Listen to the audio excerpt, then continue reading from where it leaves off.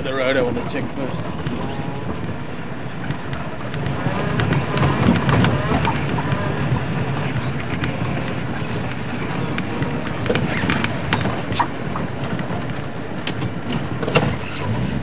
Just to make double sure.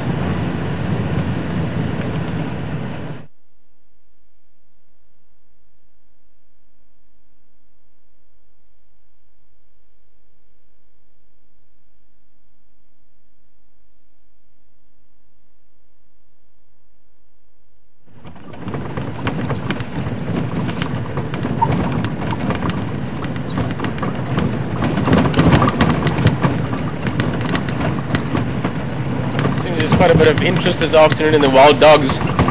Maybe if we all think of them, maybe we can see them today. That'll be awesome. Never know, it's possible. And just another question coming through from Florida actually. Melissa asking if they could ever mate with domestic dogs or feral dogs and the consequences of it. Now, Melissa, I stand to be corrected, but to my knowledge, they can't really.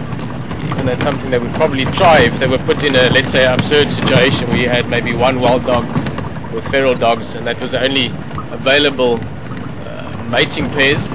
But it'd probably be a very similar case to buffalo and cattle, where they could actually mate successfully, but the fetus wouldn't develop all the way. You'd get a natural abortion a few months or a couple of weeks actually into the pregnancy. So I can't call myself an expert in that field, but it's not something that should be able to happen, or at least not give offspring. That was the mating itself will almost certainly happen in severe enough circumstances, but you won't get offspring from it.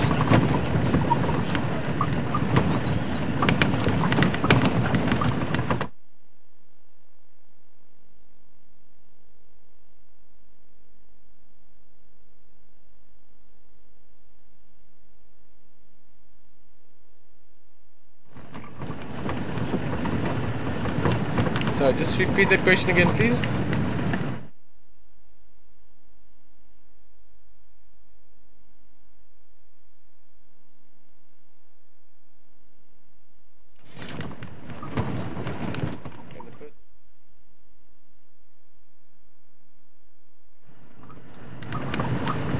I'm glad there's so many questions coming through. I'm hoping that while we talk we bump into some elephant as well. I'm really hoping we get them this afternoon. Sorry, the radio is breaking up a little bit, but it sounds like Anthea, you're asking a question. Anthea is from Holland, or the Netherlands.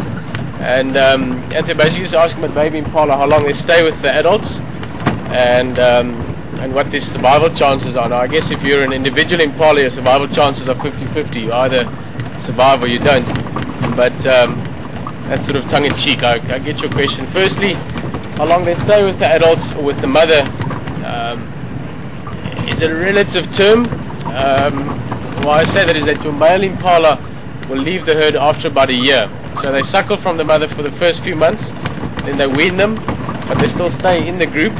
But it's not like there's a close association. So let's say a male of 10 months, 11 months old, it's not like he sort of sees his mother still every day and they hang around and spend time.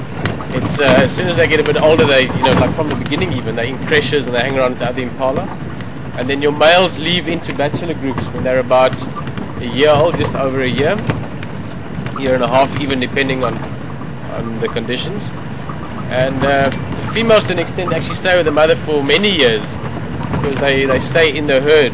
Obviously those herds mix and change and chop and change a bit, but there's not an association as such. So to answer your question, there's sort of a dual meaning to it. And one is that they can spend quite a few years, but there's not a strong bond as such. Not like something you find with an elephant, for instance, where the